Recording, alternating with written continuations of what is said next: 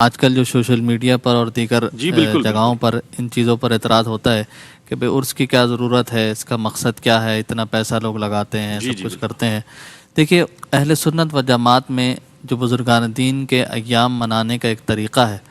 وہ محض صرف کسی کی ایک یادگار منانا نہیں ہے، بلکہ ان کی تعلیمات کا پھیلانا ہے۔ کیا کہنا ہے؟ ان کا عشق رسول، ان کا محبت کا انداز، ان کی خشیت الہی، ان کا طریقہ تبلیغ، پھر ان کی وہ تبلیغی اور دینی خدمات کہ جو آج تک معاشرے میں جو ہیں وہ دین کو پھیلانے کے لیے کارہائے ثابت ہو رہی ہیں، اور پھر قیامت تک کا وہ سلسلہ جو ہے اللہ تبارک و تعالیٰ نے ان سے جاری کیا ہے۔ تو عرس کا اصل مقصد یہ ہے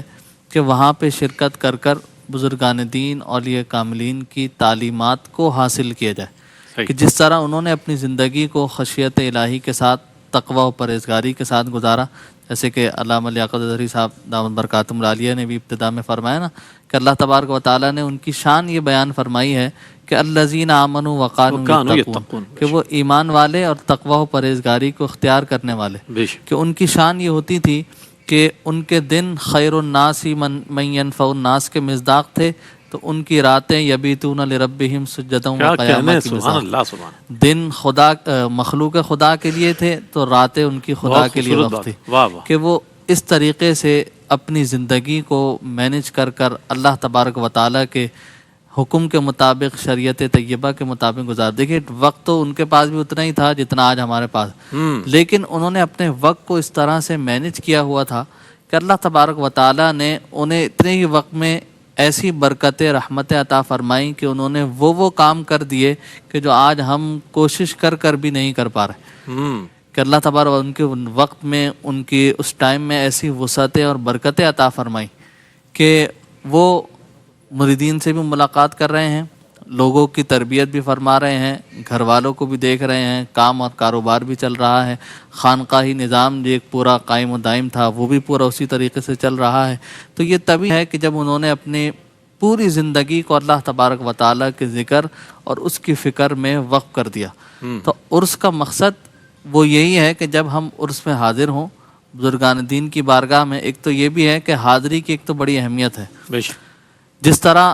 مختلف درباروں میں، دنیاوی مختلف اداروں میں حاضری کی اہمیت ہے، اسی طرح بزرگوں کی بارگاہ میں بھی حاضری کی اہمیت ہے۔ بالکل۔ اور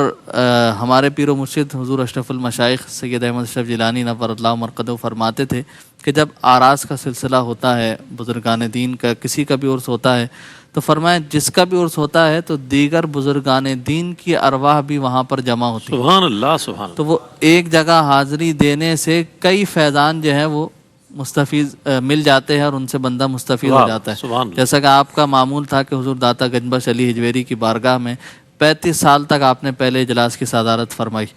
دادا حضور قبلہ نے، تو فرماتے تھے جب بھی میں وہاں حاضری دیتا ہوں تو وہاں دیگر بزرگان دین، اولیاء کاملین کی زیارات بھی نصیب ہوتی ہیں، ان سے اکتساب فیض کا شرف بھی حاصل ہوتا ہے۔ تو پھر آپ نے ایک بات اور بڑی پیاری فرمایا دیکھو، ایک نہ ایک بارگاہ ایسی ہونی چاہیے جہاں انسان جھکے،